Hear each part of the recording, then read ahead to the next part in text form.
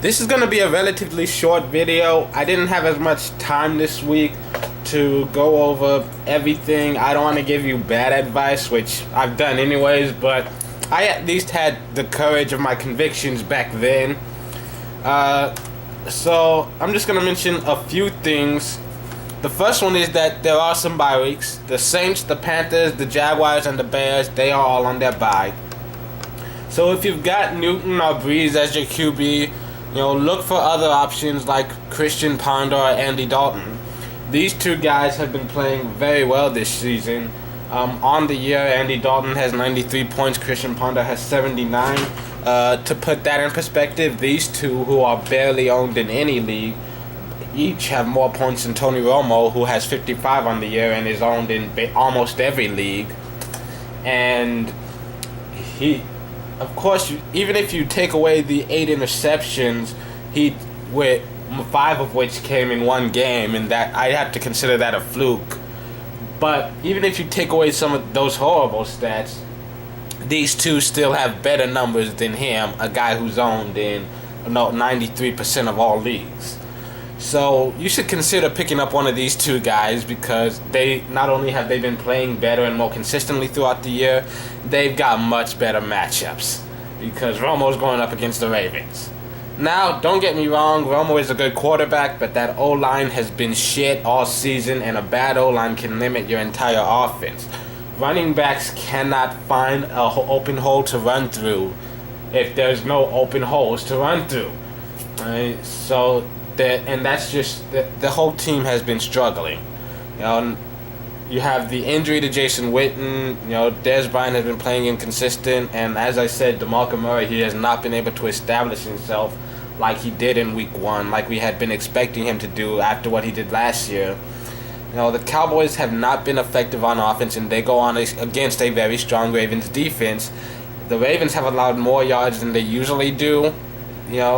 But the defense is not weak by any means. They create a lot of turnovers. They do not allow a lot of scores.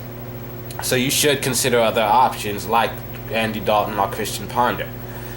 However, this would probably be the worst time to drop Romo, because after this, especially coming into this game and especially after this week, the team should be getting healthier and the chemistry should start improving. He can be a good quarterback and get top 5 fantasy numbers. In Week 1, he actually had a better performance than Drew Brees. But this week, look for other options. Andy Dalton and Christian Ponder are available in a shockingly high number of leagues. They have played very, very well. And then you have Ryan Williams, who's out for the season. Beanie Wells out for at least a month.